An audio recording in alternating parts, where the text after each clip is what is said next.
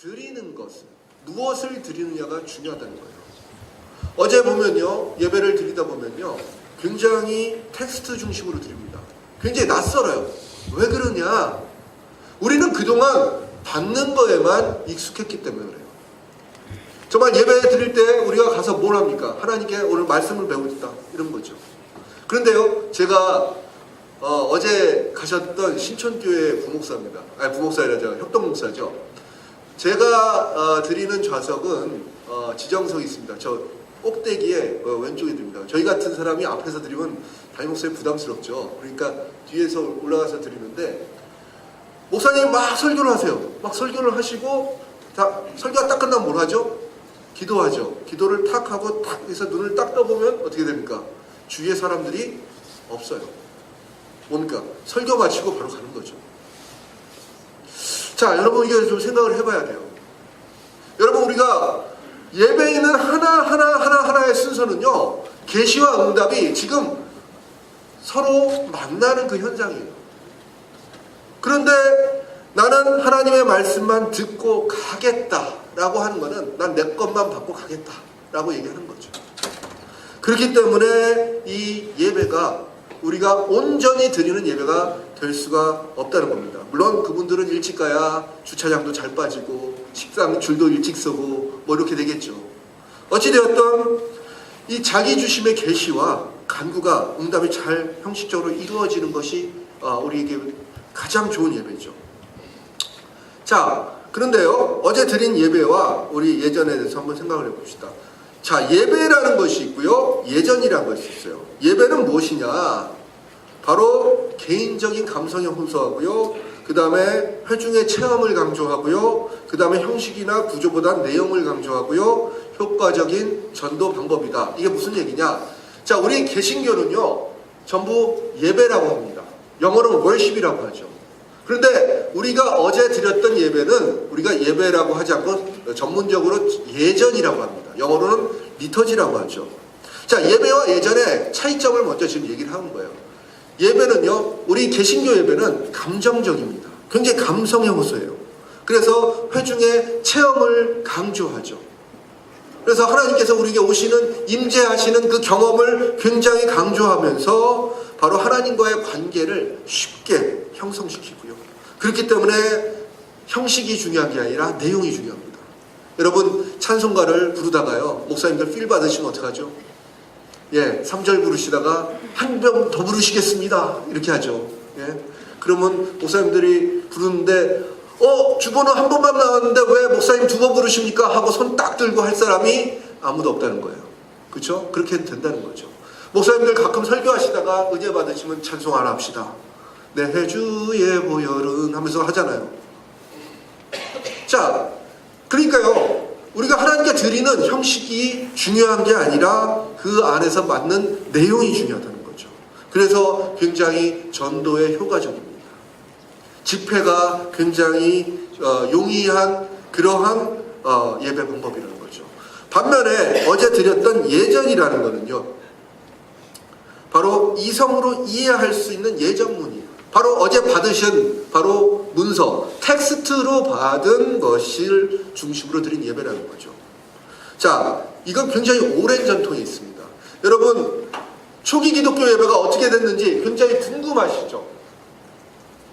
여러분, 우리가 기독교를 2000년으로 삼을 때 우리가 흔히 드리는 예배란 형식은 사실은 300년 조금 넘었어요. 언제부터냐? 종교개혁 일어나고 그것부터 한 50년이 일어난 바로 1600년부터 바로 이 예배라는 형식이 자리 잡고 있었던 거예요. 그러면 초기부터는 뭐냐? 다 예전이었죠. 바로 텍스트를 보고 읽는 겁니다. 그래서요, 차분하고요, 즉흥적인 게 없습니다. 기도를 할 때도 바로 보고 읽는 거죠. 개인 기도를 할 때도요, 보고 있습니다. 혹시 이 성당 다니시는 분들 기도하시는 거 보셨어요? 그분들 기도하시는 거 보면 시간 내면서 텍스트 책을 펴면서 기도를 하죠. 그죠? 9시, 12시 보고 있습니다. 묵주 돌리면서. 그죠? 그러니까 우리는 뭐예요? 또 무슨 기도를 하는 게 그래? 우리는 어떻게 합니까? 골방에 가가지고, 그렇죠? 예, 나무는 없지만 나무를 뿌리 뽑는다는 그런 마음으로 기도하고 있어요. 그럼 어떻게 주여 아버지 하나님 말하면서 쫙 나오기 시작합니다. 그게 우리 기도죠. 그래서 대체적으로 그리고 예배 때마다 매번 이렇게 성찬이 벌어지고 있죠. 자, 이 두 가지가 있어요. 그런데 우리가 뭐가 중요하냐? 예배라는 것은요, 우리가 드릴수록 좋지만은 우리의 감정적으로 하나님을 쉽게 만날 수 있지만 중요한 건 뭐냐면 굉장히 예배 드리는 사람의 자의에 의해서 예배가 평가가 된다는 거예요. 자, 여러분 예배를 드리다가요, 내가 좋아하지 않은 찬송이 나와요. 그럼 어떻게 됩니까? 은혜가 안 받아집니다. 목사님이 설교를 하시는데 내가 생각하는 거하고 정반대의 말씀을 하고 계세요. 그럼 어떻게 됩니까? 은혜가 안 돼요. 언제부터 우리가 예배를 드리러 왔는데 예배를 평가하고 있다는 거죠. 뒤에서 어떻게 합니까? 팔짱을 딱 끼면서 예배를 드립니다. 이게 예배의 가장 큰 문제입니다. 그러니까 어떻게 됩니까? 요새 가나안 성도라고 있죠. 예배가 마음에 안 듭니다. 설교가 마음에 안 듭니다. 예배의 중심이 내가 되고 있어요. 이게 가장 큰 문제가 된다는 거죠. 자, 예전은 뭡니까? 매일 똑같은 걸 드려요. 그러니까 어떻게 됩니까? 지겨울 수 있어요. 매일 똑같이 똑같은 걸 계속 한다고 생각해 보세요. 텍스트를 보고 있습니다. 그렇죠? 그래서 여러분, 예배의 장점과 예전의 장점이고요, 예배의 단점과 예전의 단점이 있어요. 사실 그래서 이것을 어우를 수 있는 게 우리가 흔히 얘기하는 두 개를 섞는, 전문 용어로 짬뽕이라고 하죠. 그렇죠?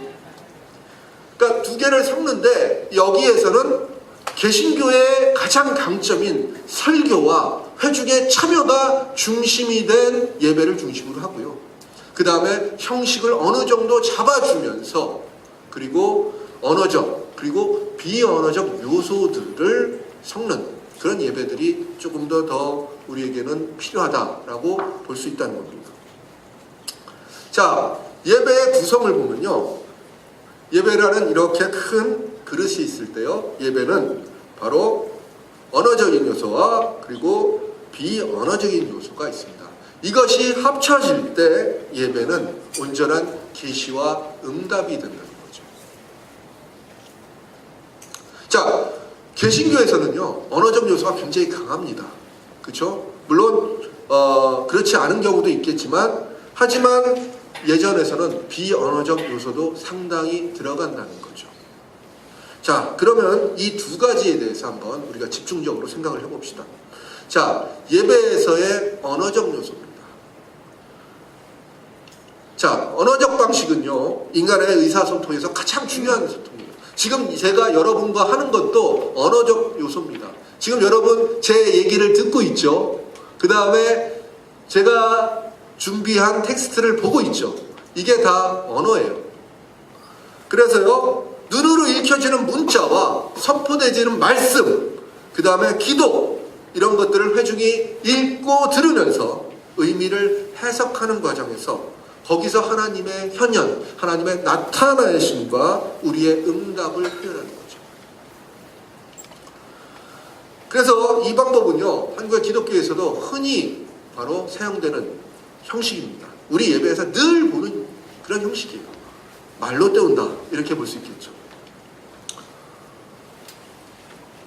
그런데요, 하나님께서 계시된 기록된 말씀은 선포가 성경의 낭독으로부터 시작돼서 그 말씀을 오늘날 적용해서 선포되어지는 설교를 절정으로 읽는 거죠.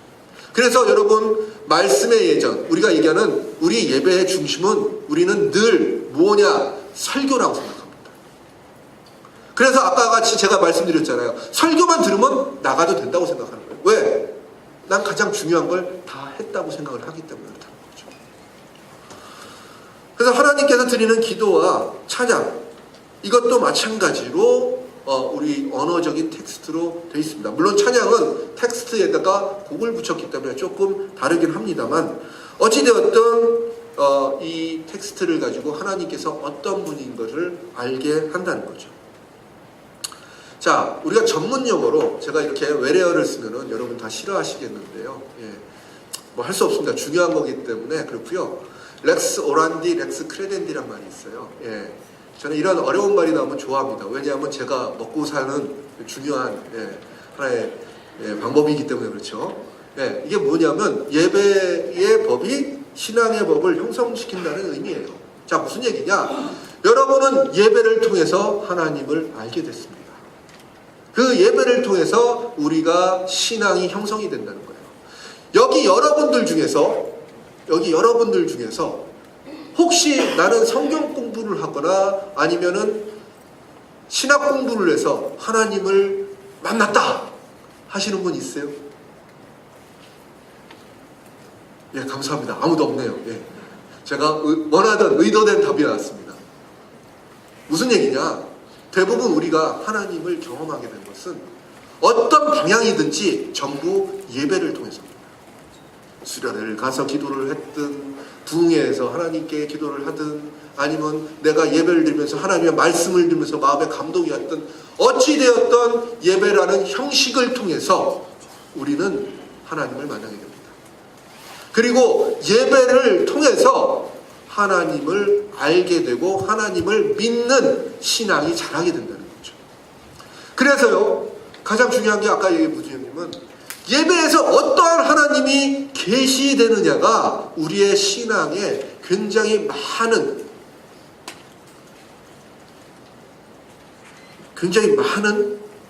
그러니까 좌우를 한다고 그러죠.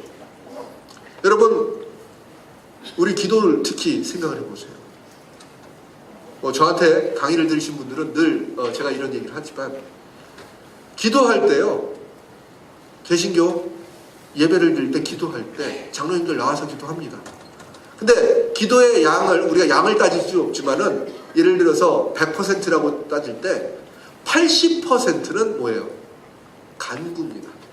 주로 달란 얘기죠. 하나님 주시옵시고 허락하여 주시고 하나님 우리가 이것을 하게 하옵시고 하나님 우리에게 주시옵소서 이렇게 강하게 하신 분 있죠. 이게 무슨 얘기냐?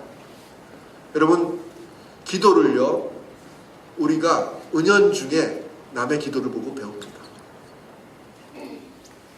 그러면요 그 기도를 통해서 우리는 하나님을 형성시키는 거예요. 그 간구가 80% 이상 되는 기도를 들으면요 하나님은 누구냐? 주시는 분이에요. 무조건 주시는 분이에요. 그러니까 우리의 기도는 계속해서 때를 쓸 수밖에 없다는 거죠. 그런데 아까 제가 말씀드렸듯이 예배는 하나님께 응답하는 거예요. 올리는 거예요. 하나님이 어떤 분이냐? 영광을 받으시고 찬양을 받으시고 우리에게 감사를 받으실 그럴 존재이신데 우리는 늘 달라는 소리만 하는 거죠. 그래서 예배 안에서 과연 하나님이 바르게 계시되기 위해서는 우리의 기도나 우리의 이 말씀으로 전해지는 전포되는 이 언어적인 요소들이 하나님의 본질에 맞게 선포가 되어야 된다는 겁니다. 제가 기도문을 하나를 보여드릴게요. 자, 우리 하나 다 보이세요? 예, 한번 읽어볼까요? 시작. 모든 것을 넘치도록 풍부하게 가지고 계심을 압니다. 저희 모두가 주님의 그 풍요로움을 함께 누릴 수 있게 하소서. 그리고 은혜에 은혜를 더하셔서 저희들의 죄를 사해 주옵시고 저희들의 죄악을 모두 소멸하게 하옵소서. 그 은혜 가운데 저희가 의롭다함을 얻고 저희 심령이 성화되어 정결한 영혼으로 주님의 성도들의 기업을 물려받는 저희들이 되게 하옵소서. 지극히 은혜로우신 주님, 주님께서는 세상을 극진히 사랑하사 스스로를 내어주심으로 세상을 구원하셨습니다. 또한 죄송합니다. 어디로 넘어갔나? 예. 또한 저희들 죄악을 구원하시기 위하여 인간으로서의 고통을 겪으시려고 스스로를 낮추어 인간의 몸이 되셨습니다. 저희의 심령을 주님의 그 놀라우신 사랑으로 채워 주소서. 그리하여 저희들 순종 안에서 주와 함께 살고 주님의 그 사랑 안에서 죽으며 다시 일어나 주님의 영광 속에서 주님과 함께 영원히 즐겁게 할 수 있게 하소서. 영원하신 섭리로서 육체라는 배에다 저희들의 영혼을 실으신 하나님 아버지, 험한 바다 같은 이 세상 어느 곳에서도 저희를 정박하지 않게 하시고 이 바다를 곧 바로 지나 아버지의 영광스러운 나라로 향하게 도와주옵소서. 성령의 인도하심을 받아 힘차게 앞으로 항해하여 우리 주 예수 그리스도를 통하여 내려주신 영원한 구원의 항구에 마침내 행복하게 이를 수 있도록 하옵소서. 예, 저희 감리교와 저희 성결교회 그 신학적인 그 모태가 되신 존 웨슬리 선생님의 기도문이었습니다. 자, 우리가 드리는 주일 예배 기도문과는 조금 다를 거예요. 하나님에 대한 은유적인 표현과 하나님에 대한 신학적인 표현, 하나님이 어떤 분이신가, 그 다음에 우리가 어떻게 신앙생활을 해야 되는가를 조금 더 밀도 있게 글로써 나타낸 기도문이죠. 자, 우리 기도를 할 때 보면요, 장로님들 나오셔서 기도를 하시는데 기도문을 써가지고 오셔서 기도를 하시면 참 좋을 텐데 어떤 분들은 고집이 있으시죠. 나는 성령께서 이끄시는 대로 기도하겠습니다 하고 안 가지고 오세요. 네, 기도하시다가 막히십니다. 그렇죠? 막히면 어떻게 합니까? 주님, 아버지 하나님, 정말로 참말로 아버지 하나님 막 이러죠. 그러면 어떻게 됩니까? 기도하다가 눈을 샥 뜰 수밖에 없어요. 자, 여러분, 우리가 기도를 드릴 때도요, 물론 기도 제목들을 정해서 가져오지만은요, 글로써 하나님을 온전히 표현하는 그런 기도들, 이것이 우리에게 얼마나 많은 영향을 끼치는가를 우리 다시 한번 생각을 해보셔야 됩니다. 그래서 여러분, 기도를 하실 때, 목사님들도 마찬가지예요. 설교하시고 그 뒤에 기도하실 때도 기도문을 잘 작성하시기 바랍니다. 제가 신학대학 다닐 때 그 교심 중에 아주 노 교수님이 한 분 계셨어요. 그분은 기도를 이제 수업 시작하실 때 기도를 하셨거든요. 근데 그 기도문을 써가지고 오세요. 근데 아직까지도 제 마음속에 있습니다. 그 뭐라고 얘기하시냐면 탁 들어올 때 기도합시다 이런 것도 아니에요. 딱 하더니 주 그 이름을 부를 때마다 우리의 가슴은 뜹니다. 그 주님의 그리스도의 피가 우리의 가슴에 뛰기 때문입니다. 그 기도문이 아직도 기억이 나요. 그러니까 여러분, 우리도 마찬가지라는 거죠. 언어적 요소가 온전히 하나님을 계시하고 있어야 되는, 그것이 가장 중요하다는 겁니다.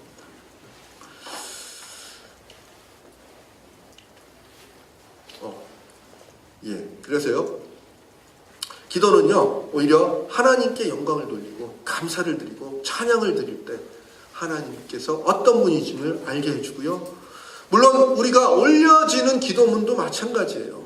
바로 하나님과 인간의 관계가 드러나고 있습니다. 또한 바로 고난 속에서 드리는 탄원들, 그리고 그 고난을 건져주시고 소망을 주시는 하나님의 은총과 사랑도 바로 우리 안에서 전달이 되는 거죠. 여러분, 시편을 왜 읽습니까? 시편 안에는 인간의 고뇌와 고난, 탄원들이 들어있어요. 그것을 우리가 하나님, 나 힘들어 죽겠어요. 하나님 도와주세요. 건져주세요. 그 순간에 탄원시는 어떻게 해요? 반전이 있죠. 그래도 하나님, 저는 하나님만을 가지고 따르겠습니다. 하나님, 나의 반석이십니다. 하나님, 제가 감사합니다. 그러한 외침이 있다는 거죠. 그 신음 속에서 외치는 그 감사가 우리에게 전달이 돼야 된다는 겁니다. 그리고 이것이 바로 기도를 통해서 하나님을 선포하는 방식이고 설교도 마찬가지라는 겁니다. 선포되어지는 말씀 마찬가지예요. 역시 하나님의 임재가 나타나야 되는 중요한 도구라는 겁니다. 설교는요, 하나님의 말씀인 성경을 회중에게 설명을 해주면서 이성과 감성을 두 개 다 자극할 수 있다는 거죠. 그래서요, 설교는요, 이성적인 판단하는 논증이 있고요, 그 다음에 우리의 감성을 호소하는, 하나님을 경험하게 하는 감동 전달의 수사들이 어우러지면서 선포가 돼야 된다는 겁니다.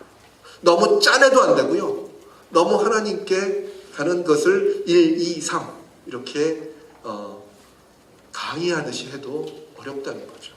두 개가 잘 전달이 돼야 된다는 겁니다. 그래서 설교는요, 여러분, 예배 안에서 많은 시간을 할애하게 됩니다. 그래서 모든 회중들이 수동적으로 앉아서 듣는 설교가 아니라 바로 설교의 움직임에 바로 참여하는 설교가 됩니다. 내가 설교하는 대로 이 사람들의 눈빛이 움직여야 돼요. 여러분 설교하고 계시면 아시다시피 제가 설교를 잘하고 보면 눈빛이 반짝반짝합니다. 그렇죠? 그러면서 그 얘기가 갈 때마다 같이 따라 움직이는 그러한 반응이 온다는 거죠. 그러한 설교가 될 수 있도록 해야 된다는 겁니다. 자, 두 번째로는요, 비언어적인 요소가 되겠습니다. 벌써 반이 지났네요. 그렇죠? 지겹지 않으시죠? 네, 감사드립니다.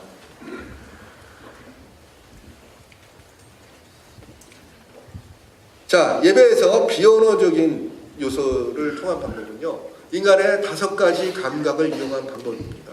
바로 뭐냐? 상징과 미적인 감각을 통한 시각이 있고요.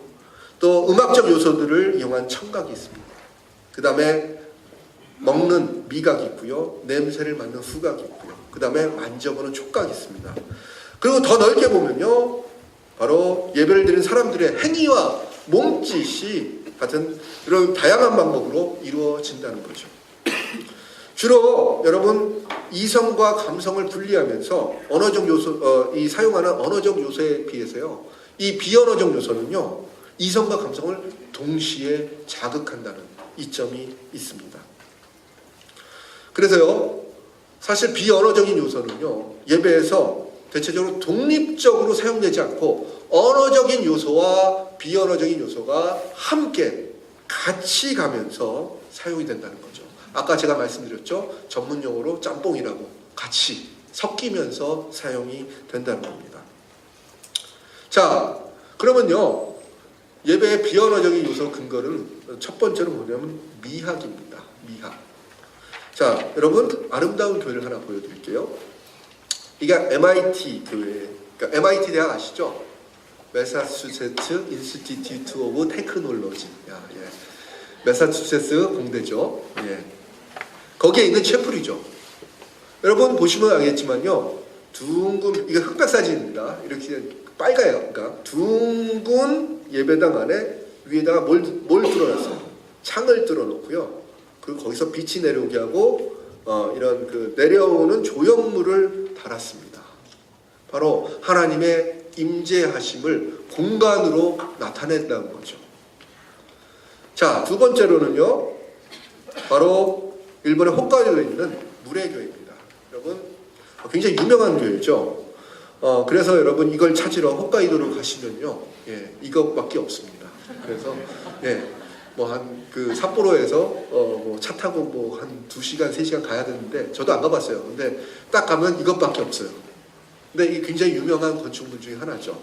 바로 교회당 앞에 전면 유리를 해놓고요, 이 유리를 치울 수가 있습니다. 그리고 앞에 호수, 인공 호수를 만들고 앞에 십자가를 만들었어요. 그래서 예배를 드리면서 호수를 볼 수 있게끔 만든 거죠. 자, 왼쪽은 빛으로 들어오시는 하나님, 오른쪽은 바로 천지를 창조하신 하나님에 대한 그런 표현을 나타내는 건축물이라는 겁니다. 자, 그래서 미학적 접근을 본다면요, 예배는요, 모든 감각을 통해서 느끼는 하나님의 현존이라는 거죠. 그래서요, 듣는 선포의 말씀 위에도요, 보고 만지는 감각 안에서도 하나님의 현존을 느낄 수 있습니다.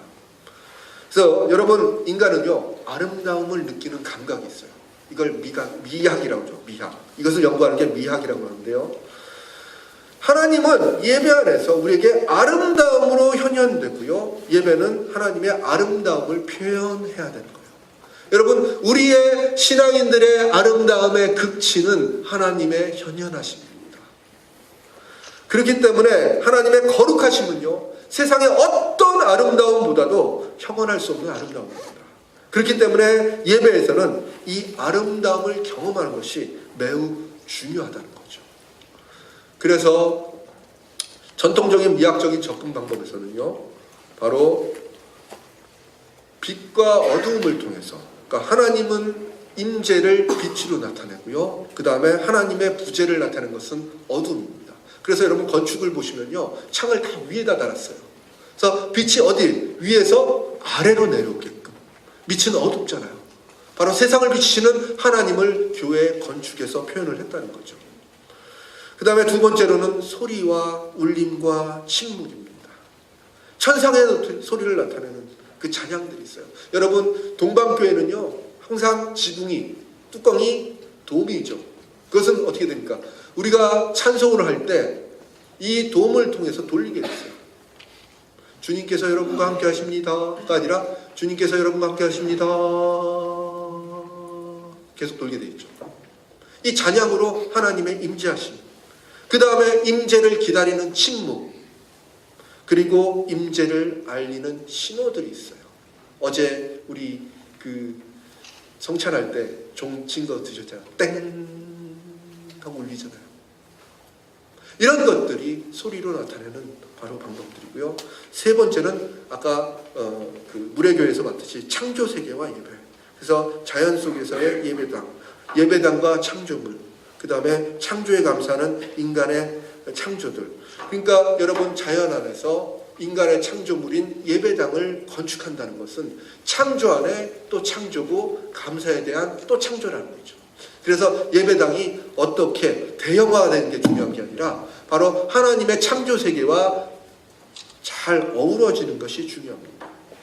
그래서 여러분, 저희가 작년에 이제 그 롱샹이라는 그 마을을, 프랑스에 있는 마을이었는데 거기 되게 유명한 채플이 있습니다. 예, 노틀담 채플이라고 있는데요. 거기 소예배실을 우리가 치는 겁니다. 여기 창이 없죠. 위에서 빛이 들어오는 거예요. 인공이 아니라 위에서 빛이 들어오는 그 요만한 이 알타, 바로 제단 위에 말씀과 그 다음에 초를 놓고 조용히 기도할 수 있는 공간을 만드는 거죠. 여러분, 이 공간을 보면서 우리는 하나님의 임재하심과 그 안에서 우리가 기도를 해야 되는 그런 마음을 느끼게 한다는 거죠. 그러니까 여러분, 굳이 설명을 안 해도 이것을 보시면 여기는 하나님이 임재하시면서 내가 기도를 하고 싶다라는 마음이 들게끔 한다는 겁니다. 그래서 여러분, 이 아름다움을 우리 건축과 우리의 예배당 안에 디자인하는 것이 굉장히 중요하다는 거죠. 자, 그래서 어제 보면요, 우리가 디자인을 열심히 했습니다. 여러분, 오늘 강의가 일로 밀린 이유가 위에 지금 디자인을 하고 있기 때문에 그래요. 네. 가면 하고 놀라실 겁니다. 자, 고난주간 때 디자인한 이런 도시죠. 자, 누가 봐도 고난주간인 줄 압니다. 여러분, 이게 예배당 안에 있다고 생각하세요? 그리스도의 피를 상징하는 빨간색, 그 다음에 가시면류관, 십자가, 이것을 보면서 우리는 예배당 안에서 들어갈 때 어떻게 됩니까? 바로 옷깃을 여미게 된다는 거죠. 그 다음에 주님의 세일, 주연절, 첫째 주일 같은 경우 바로 흰색으로 하면서 바로 세례를 나타내는 세례반을 앞에다. 저거 하는데 돈 별로 안 듭니다. 그렇죠? 하지만 저것을 보면서 우리가 예배를 진행을 한다 그러면은 더욱더 많은 바로 사람들의 주목을 받을 수 있다는 거죠. 그 다음에 같은 공간으로 다른 디자인을 한 거예요. 사순절에 고난의 주제를 할 땐 보시다시피 뒤에 이렇게 가시면류관과 이런 것도 있고요. 그 다음에 강림이나 나타나심 같은 경우는 바로 이렇게 같은 공간에서 다른 디자인을 이렇게 만드는 사례들을 볼 수 있다는 거죠. 그 다음에 주제별로 보면요, 바로 쏟아지는 물, 바로 이렇게 표현을 했습니다. 좌라고 그러죠. 항아리에다가 천을 집어넣어서 이렇게 쏟아지는 물. 세례전 할 때 이런 거 하면 굉장히 좋을 것 같고요. 그 다음에 광야 생활 같은 사순절은 바로 이렇게 돌과 사막을 나타내면서 지금 열심히 위에서 하고 있습니다. 비슷하게 하고 있는데 이러한 디자인들로 이렇게 하면서 예배를 드린다면 예배를 드리는 말씀과 이 광야에 있는 이 환경과 함께 더욱더 예배가 집중이 되고 더 많은 은혜를 받지 않을까 하는 생각이 듭니다. 예. 두 번째로는요, 기호학이라고 합니다. 기호학은요, 예배에서 상징으로 사용되는 상징의 의미를 해석하고 그 다음에 이 연결된 의미를 파생하면서 더욱더 깊은 경험을 하게 된다는 거죠. 그래서요, 예배의 상징은 떡과 포도주가 있습니다. 세례물이 있고요, 절기별 색깔이 있고요, 공간의 장식과 배치가 등 여러 가지 비언어적인 요소들이 있죠. 그래서 이는요, 언어 체계가 아니라 상징 체계로 배워야 됩니다. 상징 체계. 그래서 이 상징 체계를 해석하는 것이 바로 기호학이죠. 그러니까 아까는 미학과는 좀 다릅니다. 미학은 느끼는 거잖아요. 아름다운 건데, 상징은 우리가 분석을 통해서 뭔가를 가야 된다는 거죠. 그래서요, 기호학에서 상징은요, 하나가 파생이 되잖아요. 근데 이 하나가 파생이 된 게 여러 가지를 연쇄적으로 계속해서 파생을 시키는 그런 굉장히 중요한 역할을 한다는 거죠. 자, 무슨 얘기냐? 하나도 모르시겠지만 제가 설명한 걸 잘 들으시면 됩니다. 자, 상징체계 해석을 보면요. 자, 화장실 앞에 이런 그림이 걸려 있어요. 그쵸? 화장실 앞에. 자, 왼쪽은 뭘까요? 예? 남자 화장실이고, 오른쪽은 여자 화장실이죠. 예, 대부분 여러분 다 아십니다. 왜 아시냐? 본래 의미, 그 다음에 해석 과정 새로운 의미를 보실 때는요, 여성의 얼굴은요, 여성이 쓰는 모자와 화장한 얼굴, 머리 스타일, 뭐 이런 것들을 추론케 하고요. 그 다음에 남성의 얼굴은요, 남성이 쓰는 모자와 코스염, 브랜나르드, 뭐 이런 것들을 추론케 해서 우리가 알 수 있다는 거죠. 그렇죠? 그러니까 여러분, 왼쪽인데 남성들이 들어가야 되고요, 오른쪽인데 여성들이 들어가야 되는 거죠. 근데 이제 거꾸로 가면 안 된다는 겁니다. 예전에 한 500년 전에 저 그림을 우리나라에 걸었으면요, 남자가 여성으로 들어갈 수도 있어요. 왜요? 저런 복장이 없었기 때문에 그렇다는 거죠. 이거는 이미 우리가 알고 있는 복장이라는 거예요. 진짜 무슨 얘기를 하고 싶냐? 자, 여기 보시면요, 퍼스의 기호학에서는요, 기호가 있어요. 상징이 있다는 거죠. 떡이 있어요. 떡이 있습니다. 그쵸? 이거는 뭐예요? 바로 이 자체는 우리가 보는 상징에 보면 이건 떡입니다. 이것은 우리가 뭘로 해석을 하냐면 뭐죠? 먹는 겁니다. 먹는 거예요. 그쵸? 먹는 거지만 여기에 우리가 바로 말씀이 더해진, 쉽게 말해서 우리의 예배의 전통, 교육, 문화, 경험들이 이것이 바로 주님의 몸이 됨을 우리는 상징하게 된다는 거죠. 여러분, 이거를요, 제가 오늘 파리바게트에서 아침에 사왔습니다. 그렇죠? 이거 사느라고 10분이 허비됐어요. 근데요, 이거를 제가 집에 가져가서요, 자, 먹자 그러면은 그냥 저희 애들하고 썰어서 먹을 거예요. 왜? 그냥 빵이죠. 그러나 지금 이 위에 담겨 있고요, 제가 성찬 기도를 드리잖아요.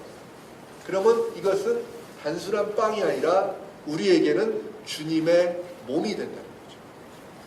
이 안에 들어있는 포도주도 제가 아까 편의점에서 산 포도 주스가 아니라 바로 주님의 피의 상징이 된다는 거죠.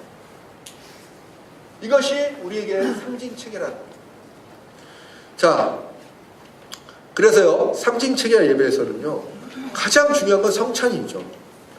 자, 언어적, 비언어적 예배가 합쳐진 것이 성찬 예배입니다. 자, 제가 이것을 걷었어요. 성찬을 할 때 이 모습이 됩니다. 떡과 포도주가 준비가 됐습니다. 거기에 언어적인 요소가 합쳐지죠. 무슨 얘기냐? 주님께서 말씀하신 제정사가 됩니다. 주 예수께서 잡히시던 밤에 주님께서는 뭐예요? 제자들을 부르셔서 떡을 주시고 축사하신 후에 떼어 제자들에게 나눠주시며 말씀하셨습니다. 받아 먹으라. 이것은 나의 몸이다. 그 말씀이 더하는 순간 이 빵은 주님의 몸의 상징이 됩니다. 마찬가지로 이 잔도 마찬가지죠. 저녁을 잡수신 후에 예수께서는 잔을 감사의 기도를 드리신 후에 제자들에게 나눠주시며 말씀하셨습니다. 이것은 나의 피다. 이것을 행하여 나를 기념하라. 이것은 더 이상 포도주스가 아니라 주님의 피의 상징입니다. 이건 여러분 다 아시는 거예요. 근데 중요한 거는요, 여러분 주님께서 말씀하실 때 우리가 흔히 얘기하는 4가지 상징 행위가 있어요. 무슨 얘기냐? 주님께서 떡을 취하시고, 그죠? 축사하시는, 감사의 기도를 들으시네요. 떼어 제자들에게 나눠주셨다. 이것은 예수님의 삶을 그대로 나타내는 거예요. 여러분, 이 떡을 우리가 드는 순간 예수님의 몸이 들리는 거죠. 그것은 무엇을 상징하느냐? 십자가에 매달린 예수 그리스도를 상징하는 거예요. 자, 예수님은 이 떡을 취하셨어요. 그 삶을 취하신 거예요. 바로 예수님 그런 삶을 살지 않으셔도 되지만 바로 인간의 몸으로 오셔서 육신을 입고 사셨어요. 그리고 하나님께 늘 감사드리며 사람들을 축복하셨습니다. 그리고 자신의 몸을 떼셔서 그리고 그것을 우리들에게 나누어 주시면서 구원을 이루신 거예요. 그래서 그 4가지 상징 행위가 이 안에 들어 있습니다. 그래서요, 여러분, 우리가 줄 때는 조그만 웨이퍼를 준다 하더라도 이 앞에서 상징 행위들을 그대로 재현하는 것이 바로 성찬에 있어서 가장 큰 효과를 줄 수 있는 거죠. 여러분, 예수님께서 우리의 몸을 주셨습니다. 우리를 위해서 자기의 생명을 주셨습니다. 라고 계속 얘기하는 언어적 요소가 아니라 예수께서 자신의 몸을 찢는 이 모습을 보일 때 바로 우리는 바로 예수께서 우리를 위해서 십자가에 달리심을 우리는 볼 수 있다. 이 찢어진 빵을 보시면서 바로 우리는 이것을 먹습니다. 예수 그리스도의 몸을 먹는 거죠. 그래서 이 한 빵에서 우리는 조금씩 뜯어서 먹는 겁니다. 그래서 고린도전서에 뭡니까? 우리는 한 떡과 한 잔을 마신 바로 예수 그리스도의 지체라는 거죠. 피를 흘리신 것도 마찬가지죠. 이 주전자에서 이렇게 흘러가는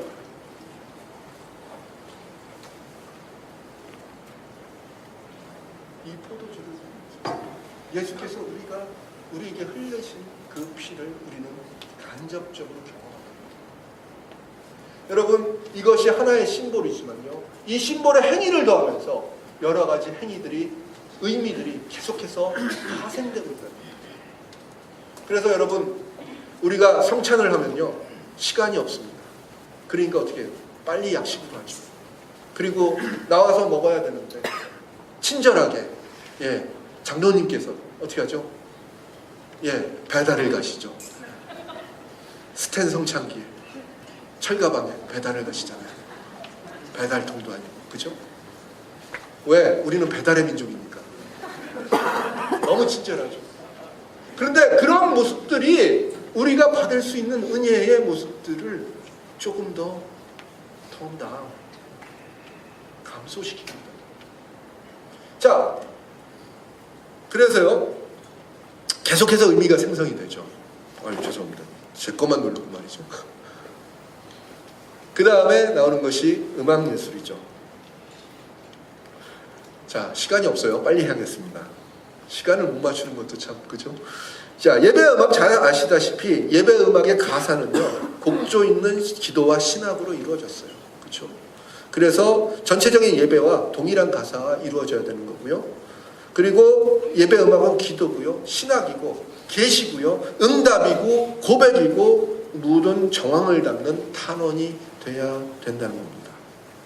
그래서 음악의 사용 여부에 따라서 우리는 예배의 질이 높아지고 회중에게 큰 감동과 평안을 준다는 겁니다. 그래서 회중에서 하나님의 현존을 체험하게 되고 동시에 예배자에게 성령 안에서 일체감을 갖게 한다는 거죠. 자, 여러분, 예배가요, 우리는 예배에서 음악을 찬송만 생각하고 있어요. 근데 어제 드린 예배를 보면요, 예배 기도문 안에서 우리가 드리는 기도문들도 다 노래로 불렀어요. 이게 왜 그럴까요? 자, 여러분, 혹시 성경 66권을 한번 외워보세요 하고 시켜보면요, 헷갈립니다. 창세기, 출애굽기, 레위기, 민수기, 여호수아, 신명, 저도 헷갈리잖아요. 그렇죠? 여러분이 아나 모르나. 근데요, 이거를 노래로 부르세요. 옛날에 부른 거 있잖아. 전 올드 제너레이션. 청세기 출애굽길의 위기 민수기 신명기 여호수아. 노래로 부르면 나온다는 거죠. 곡조가 있을 때 그 가사들이 외워지는 거예요. 그렇기 때문에 여러분 기도도 마찬가지로 음악을 향해서 부른 겁니다. 자, 여러분 이게 정교회에서의 삼성송입니다. 얘 틀어주세요. 소리를 조금 줄여주세요. 이게 기독교 예배에서 가장 오래된 형식의 예배입니다. 이것이 4세기에 완성이 됐어요.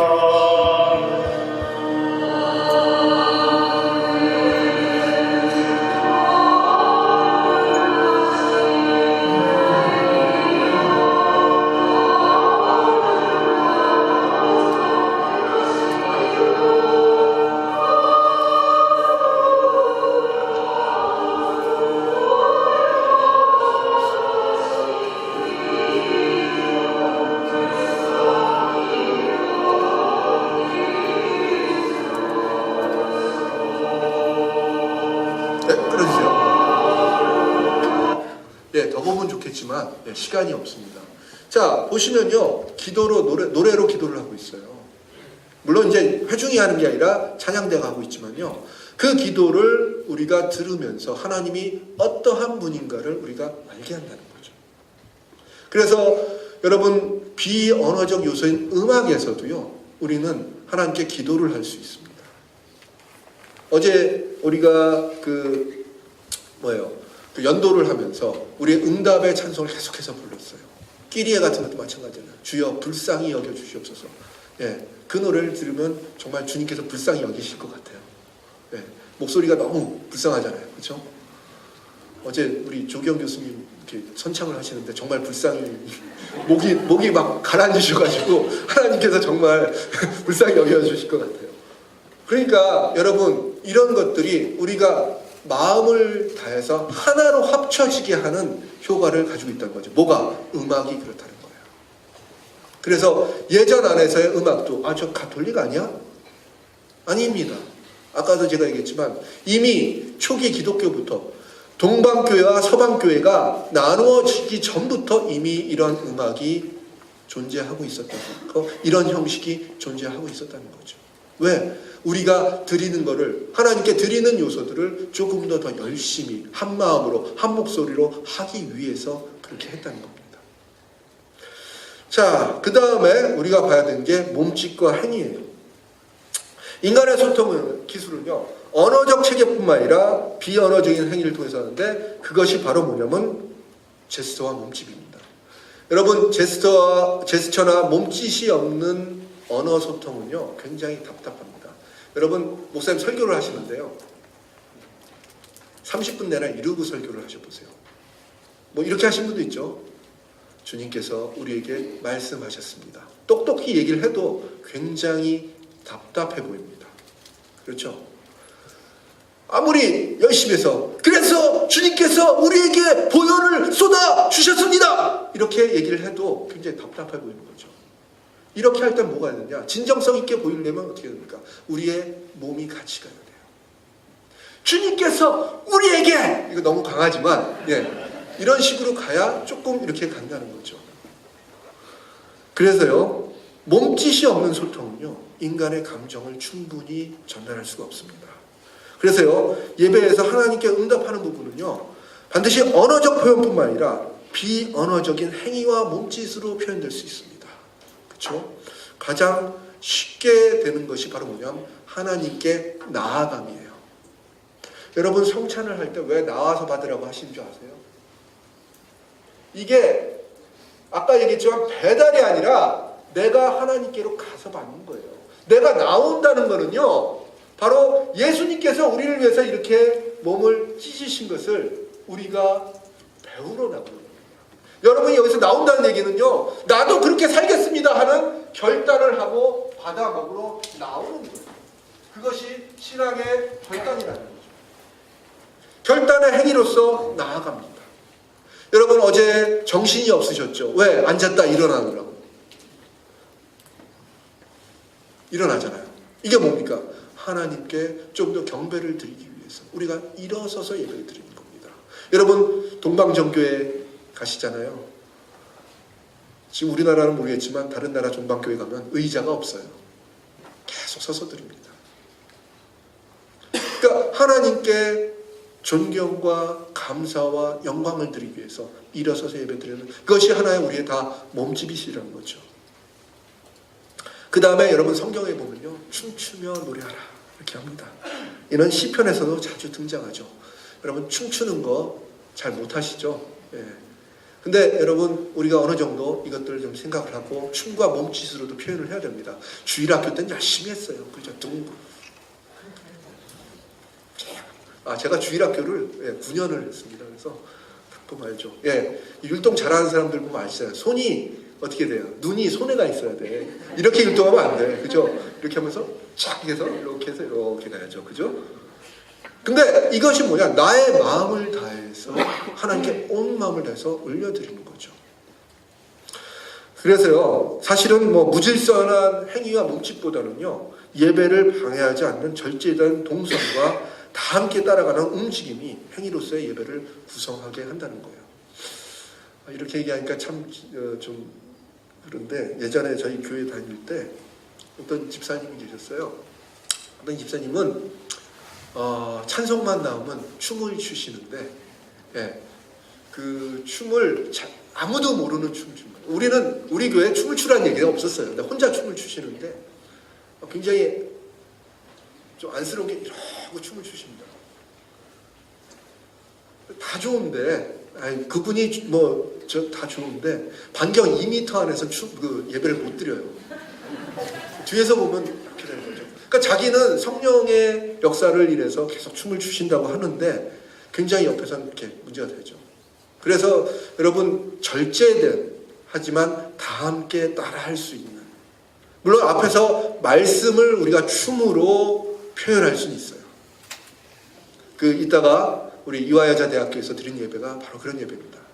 하지만 전체적으로 하는 것은 절제된 동선과 예배를 따라서 할 수 있는 그 움직임이 행위로서 구성하게 됩니다. 여러분 춤추는 교회 궁금하시죠? 예, 바로 하나 소개해 드리겠습니다.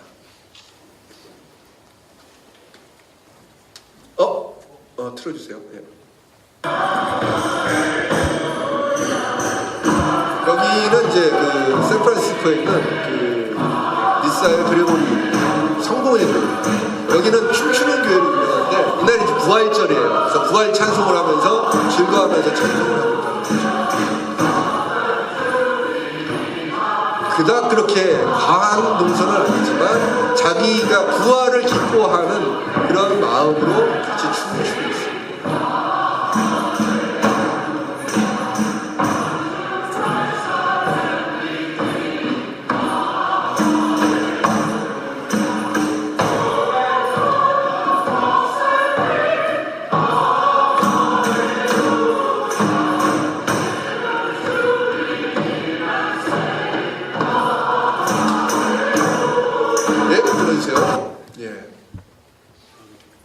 자, 끝날 시간이 됐습니다. 예, 시간이 빠르죠? 아닌가요? 예, 1시간이 여러분과 약속한 1시간이 됐어요. 예, 어느덧 그렇게 됩니다. 제 강의는 시계를 잘 안 보게 됩니다. 그렇죠? 자, 기독교 예배는요, 언어적인 요소, 비언어적인 요소가 포함이 되어 있어요. 그래서 우리 개신교 예배는요, 여태까지 계속 언어적인 요소만 계속 중요하게 여겼습니다. 왜 옛날에 무슨 영화가 있었어요. 무슨 영화인데 그 유명한 대사가 있습니다. 난 한 놈만 패. 그죠? 예. 무슨 얘기냐? 난 하나만 해. 그래서 언어적 요소만 계속해서 했습니다. 거죠. 이 이유가 뭐냐면 종교개혁 때문이에요. 오직 말씀으로가 되니까, 말씀, 성경이 중요하게 되니까요, 교회의 전통을 잃어버리게 됐어요. 물론 가톨릭하고 안 좋은 감정에서 가톨릭의 전통을 다 버려버렸지만 실제로 우리가 봤던 오랫동안 있었던 초기 기독교의 전통까지 다 버려버린 거죠. 그러면서 설교와 말씀 중심의 예배가 되니까 듣고 그 다음에 이해하는 예배밖에 될 수가 없었다는 겁니다. 하지만요, 아까 제가 말씀드렸던 이런 비언어적인 요소가 언어적 요소와 함께 어우러질 때 우리는요, 하나님의 더 깊은 임재와 계시를 느낄 수 있다는 겁니다. 그리고요, 예배에서요, 하나님에 대한 응답 역시 우리가 비언어적인 요소를 가미될 때 우리가 하나님께 좀 더 깊은 감동의 응답을 드릴 수 있다는 겁니다. 찬송하시고요, 몸짓으로 행위를 하시고요, 우리가 보고요, 노래 부르고요, 이런 것들이 하나님께 우리가 온몸으로 예배 드리는 예배자의 모습이 되지 않나 이렇게 생각을 합니다. 그래서 여러분께 숙제를 드리는 것은 바로 뭡니까? 비언어적인 요소들을 우리가 개발을 해서 예배에 우리가 조금 더 좋은 예배를 드릴 수 있도록 해주십사 하고 여러분께 숙제를 드리겠습니다. 자, 제가 준비한 건 여기까지 하고요. 혹시 질문이 있다, 뭐 어떤 질문도 괜찮습니다. 뭐 제가 몇 살이냐 이런 것만 빼시는군요. 예. 질문을 지금 궁금하신 점 있으시면은 질문을 하고, 예, 그리고 마치도록 하겠습니다. 혹시 질문 있어요? 예. 보통 하나님의 현존이라는 단어를 익숙하게 사용하거든요. 이 현존이라는 말을 다음 세대들한테 설명할 때 특히 이렇게 하기가 좀 쉽지 않은 것 같아서 네. 어린이들이나 그런, 예, 어렵죠. 현존. 하나님이 옆에 계시다라는 것을, 하나님이 우리와 함께 계시다는 걸 좀 쉽게 설명을 하면서 그걸 좀 잘하게끔 하시면 되는데, 그것을 정의를 주려고 하지 마시고요. 제가 볼 땐 예배 안에서 하나님이 너희와 함께 하시다는 것을 기도를 통해서, 뭐 설교를 통해서, 아니면 이런 것들을 통해서 느끼게 하는 것도 더 중요하지 않을까 하는 겁니다. 그래서 현존이란 말이 굉장히 신학적인 부분이 들어오는데, 이 아이들의 어떤 그 성장 과정에 따라서 우리가 써야 될 용어들이 전 다르다고 생각하거든요. 그래서 물론 이제 통합으로 예배를 드리시는 분들은 굉장히 고민이 되실 거예요. 그렇지만은 나눠진 교회에서는 그 언어에 맞게끔 하나님께서 같이 하신다는 것을 느끼게 하고요. 어찌되었던 이 현존이라는 것은 이미 신학적으로, 현현이란 말은 신학적인 말이 들어가기 때문에 사실 되게 어렵습니다. 그래서 초신자한테도 어렵지만은 일단 이 예배 안에서 우리가 하나님을 경험한다는 것을 좀 강조를 하시면 되지 않을까 하는 생각이 듭니다. 예. 또 다른 질문? 예. 강의해 주신 내용을 통해서 저희가 종교개혁 때 예. 마라톤 강의되는 서스의 교회의 행동과 연결되는 부분을 다시 확인하게 해주시면 감사합니다. 그런데 예배 속에서 우리가 경험하고자 하는 하나님의 임재와 계시를 이렇게 하다가 보면은 기독론 중심보다는 문화론 중심으로 좀 치우치는 부분이 있지 않을까 하는 기독론 중심과 인간론 중심, 사실은 그게 떼어지지는 않거든요. 저는 그렇게 생각을 하고요. 예배에서요, 저는 예배가 두 가지입니다. 하나님의 어떤 그 현존하심과 이런 그 예수 그리스도를 통한 거죠. 그러나 인간이 없이는, 사실 인간의 탄원과 인간의 죄악, 타락, 사실 이것이 없이는 또 기독론이 설명될 수가 없는 거죠. 그래서 저는요, 기독론을 중심으로 해야 된다는 건 맞지만, 하지만 또 인간의 상황들도 이 안에서 표현이 되는 거예요. 우리가 우리 중심으로 하나님께 이룰 수 있는 방법이 없거든요. 그것이 대비가 될 때 그리스도의 역할이 예배 안에서 더욱더 강조가 되지 않을까 하는 생각이 듭니다. 그래서 이런 표현들이 저는 하나님을 향한 응답이 돼야 되지 우리를 나타내는 것이 되어서는 안 된다는 거죠. 그게 가장 중요한 거 아닌가 생각을 합니다. 예.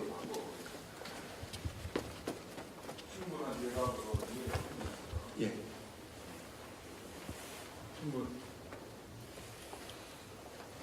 충분한 대답으로 이해가 되면서도 남는 게 뭐냐 하면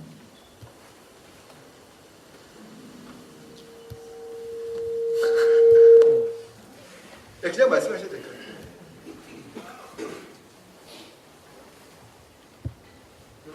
요번에 이 컨퍼런스에서 제가 반복해서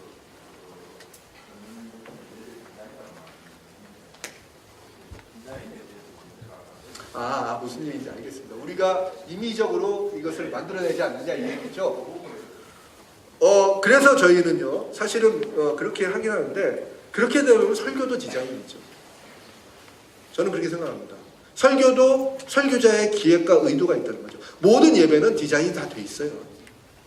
근데 이 디자인이 누구를 향해 있느냐, 그 다음에 우리가 절기를 맞추는 것은 예수 그리스도의 생애 주기, 삶의 주기를 따라서 가는 거거든요.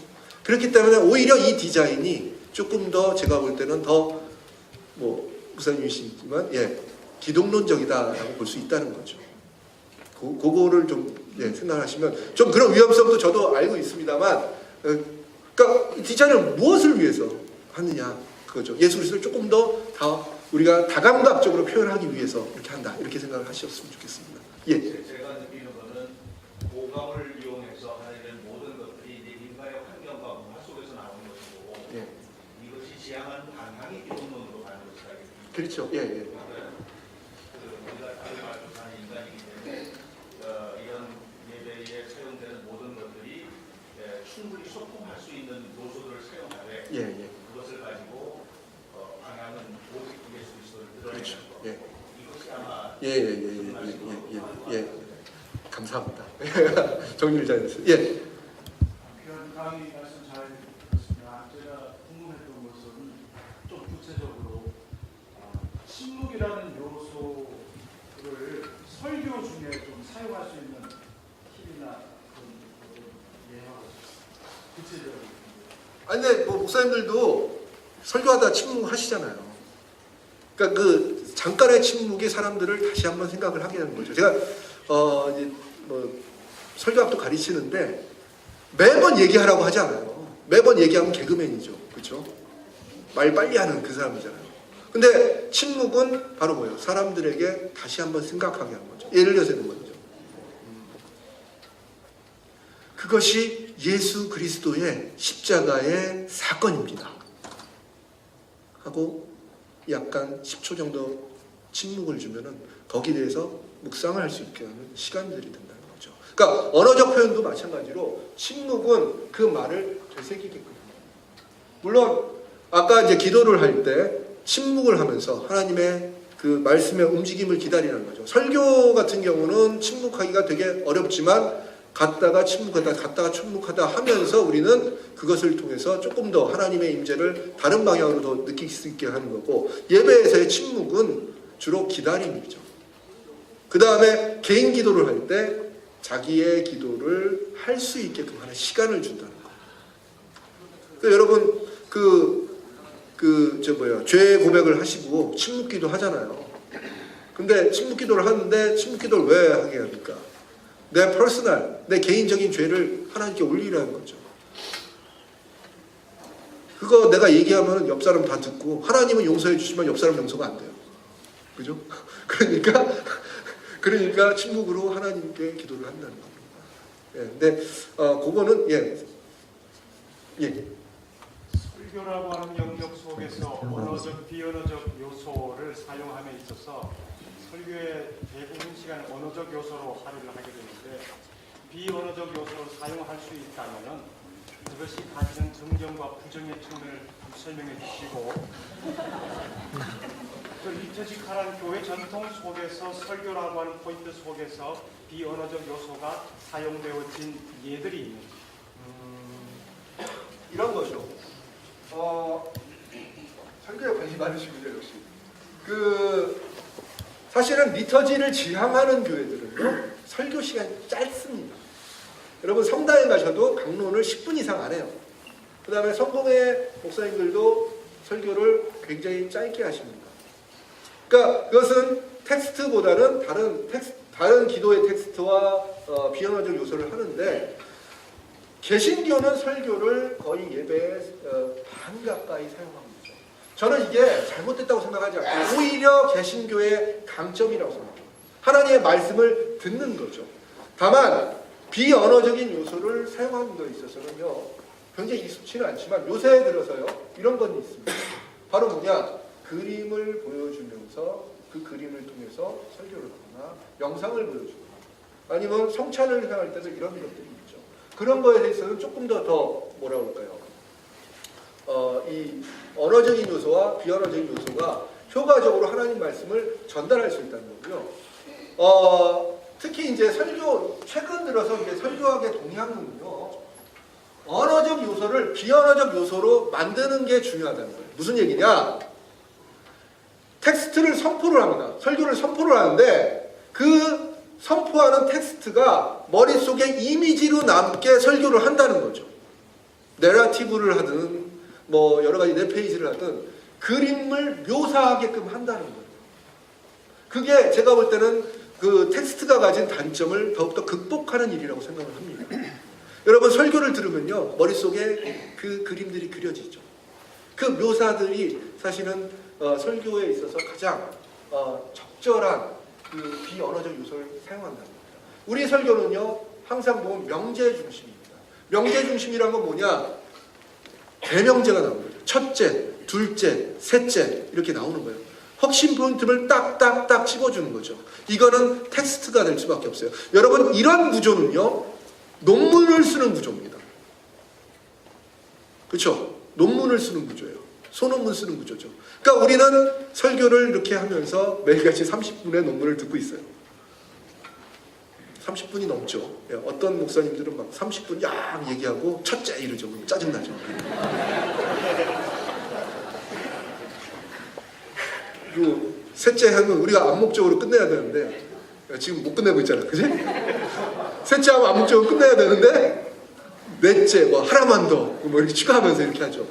자, 이렇게 된 명제적 설교는 사실 텍스트 중심일 수밖에 없고 듣는 사람을 수동적으로 만들죠. 하지만 묘사와 그 다음에 스토리텔링 중심으로 하는 설교는 텍스트 중심이지만 그 아래서 사람들에게 그림을 그려주고 장면을 묘사하게끔 하면서 이것은 바로 비언어적인 요소에 감각적으로 또 넘어가는 그런 장점이 있다는 거죠.